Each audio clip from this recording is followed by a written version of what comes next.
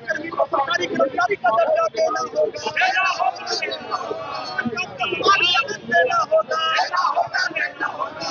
मोदी सरकार इंकलाब जिंदाबाद,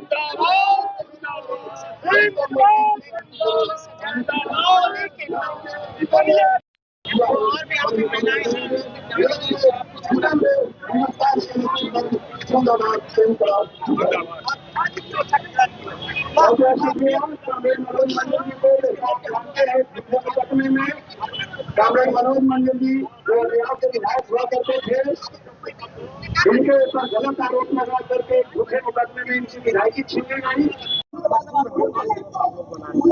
बिल्कुल मजदूर हड़ताल है, पूरे राष्ट्रव्यापी हड़ताल है और सिर्फ मजदूरों की हड़ताल नहीं रह गई, किसानों ने भी समर्थन दिया, देश के छात्र नौजवान भी शामिल है। ये हड़ताल 4 जो लेबर कोड मजदूरों के ऊपर थोपे जा रहे हैं, जिन कानूनों के चलते मजदूर अब गुलाम बन जाएंगे मालिकों की तानाशाही आ जाएगी मजदूरों के ऊपर, और इसीलिए मजदूर अपनी आजादी के लिए, अपने अधिकार के लिए लड़ रहे हैं। इसी तरह पूरे देश के जो ग्रामीण मजदूर हैं, खेत मजदूर हैं, जिनके लिए एक कानून बना था रोजगार गारंटी का, मनरेगा, सरकार ने उस कानून को मजबूत बनाने के बजाय उस कानून को खत्म करके नया कानून ला दिया है, ग्रामजी कानून, जिससे गाँव में बेरोजगारी फैल जाएगी और मजदूरों के पूरे रोजगार पाने का अधिकार और मजदूरी पाने का अधिकार घट जाएगा। और तीसरा, इसी समय जो अमेरिका के साथ व्यापार समझौते के नाम पर मोदी सरकार ने खेती को खोल दिया। इससे पहले तो अदानी अंबानी के खिलाफ किसान लड़ रहे थे, अब किसानों को अमेरिका से भी लड़ना पड़ेगा। तो अदानी अंबानी अमेरिका के गिरफ्त में अगर देश की खेती आ जाएगी तो 50% लोग जो उस खेती पर निर्भर है, उनकी रोजी रोटी का क्या होगा, हिंदुस्तान का क्या होगा, हमारी अर्थव्यवस्था का क्या होगा। और इसीलिए अमेरिका के आगे घुटना टेकने के खिलाफ देश के हित के लिए, देश की आजादी के लिए, किसानों के लिए भी आज ये हड़ताल है। राहुल गांधी ने भी कहा है सर कि भारत और यूएस ट्रेड डील जो हुआ है उसमें 140 करोड़ लोगों की खरीद को गिरवी रख दिया गया। बिल्कुल किया गया। इसके लोग इसको कह रहे हैं कि ट्रैप डील है, ये ट्रेड डील नहीं है।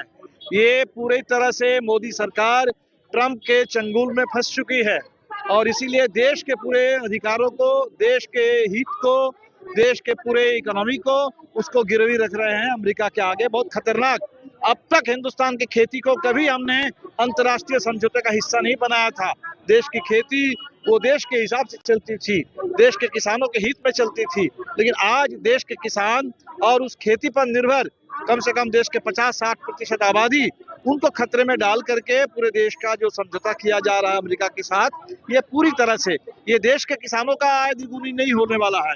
इससे अमेरिका को, मोदी जी आ गए हैं ट्रंप के साथ मिलकर के, अमेरिका को मेकिंग अमेरिका ग्रेट अगेन, ये आत्मनिर्भर भारत, विकसित भारत सब जुमला बन गया है। विकसित भारत और आत्मनिर्भर भारत छोड़ करके मोदी जी अब मागा के पैरोकार हो गए हैं। लोकसभा में ओम बिरला के खिलाफ अविश्वास प्रस्ताव आया है। इस पर ओम बिरला का कहना है कि जब तक अविश्वास प्रस्ताव गिर नहीं जाता मैं सदन नहीं आऊंगा। नहीं, वो उनको तो खैर, तो वैसे भी उनके खिलाफ अविश्वास प्रस्ताव है, उसमें तो उनकी कोई भूमिका नहीं है।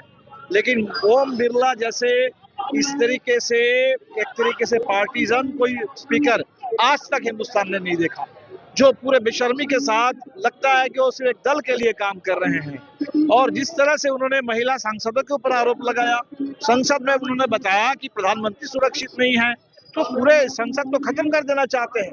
और इसीलिए संसद है तब तो जाकर के कोई अध्यक्ष है, अब संसद कोई चलने नहीं देंगे, अपोजिशन को बोलने नहीं देंगे। ये किस तरीके का स्पीकरशिप है? और इसीलिए हमें लगता है कि अपोजिशन के एमपीज ने बिल्कुल सही किया, उन्होंने पूरी तरह से अविश्वास प्रस्ताव ला करके स्पीकर का पूरा भंडाफोड़ कर दिया देश के सामने। सर, बंगाल में एसआईआर की समय सीमा जो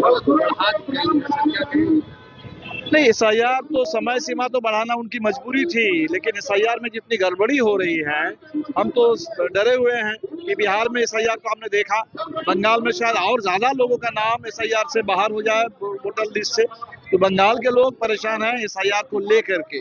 समय सीमा बढ़ने से फर्क नहीं पड़ने वाला है बहुत, लेकिन वो एसआईआर का जो पूरा परिणाम बंगाल में दिख रहा है, तमिलनाडु में दिख रहा है, बिहार में तो ऑलरेडी दिख चुका है। पूरा देश सुप्रीम कोर्ट के सामने इसीलिए केस चल रहा है कि एसआईआर गैर जरूरी है और एसआईआर पर पूरी तरह से रोक लगे, ये संविधान विरोधी है। एक आखिरी सवाल सर, राजद ने एक पोस्ट किया था और उन्होंने लिखा है कि बिहार के मुख्यमंत्री जब तक सत्ता पे काबिज रहेंगे, यानी जिंदा लाश जब तक काबिज रहेंगे, बिहार के लोग जिंदा मुर्दा बने रहेंगे। उन्होंने किया ये राजद ने पोस्ट किया सर, लिखा कि जिंदा लाश जब तक कुर्सी पर बैठे रहेंगे बिहार। खैर ये तो राजद का है, लेकिन हमें लगता है कि जो मुख्यमंत्री की भूमिका है, जिस तरीके से बात कर रहे हैं, जिस तरीके के वो पूरे उनका बर्ताव है पूरे बिहार में, वो तो बिल्कुल कहीं मुख्यमंत्री लायक बिल्कुल नहीं रह गए। और इसीलिए बिहार तो परेशान है कि ऐसे एक मुख्यमंत्री फिर से जीत गए हैं, ऊपर से सम्राट चौधरी आ गए हैं। पूरे बिहार में चुनाव से पहले जो बातें हो रही थी कि महिलाओं को 10,000 मिलेगा, अब तो महिलाएं कह रहे हैं कि चुनाव से पहले 10,000। अब बुलडोजर राज आया, हमारे पूरे बिहार के लड़कियां वो असुरक्षित है बेहद। तो ऐसे में बिहार में लोग अपने अधिकार के लिए लड़ रहे हैं और हमें लगता है कि ये सरकार पहले भी बोझ थी जनता के लिए और चुनाव किसी तरह इन्होंने जीत लिया, लेकिन ये सरकार पूरी तरह से बिहार के लिए एक बोझ बन चुकी है। बिहार में लगातार अपराध बढ़ रहे हैं सर, 2 दिन से लगातार कोर्ट की धमकियां मिल रही है सर, पप्पू यादव की सफाई भी चल जा रही है। बिल्कुल बिल्कुल, ये अपराधियों का राज, हमने पहले भी कहा था कि अपराधियों का राज आ गया है और वो तो हर रोज सरकार इसको साबित कर रही है कि बिहार में सरकार जो है वो अपराधियों के चंगुल में आ चुकी है। Thank you. सरकारी कर्मचारी का दर्जा देना होगा।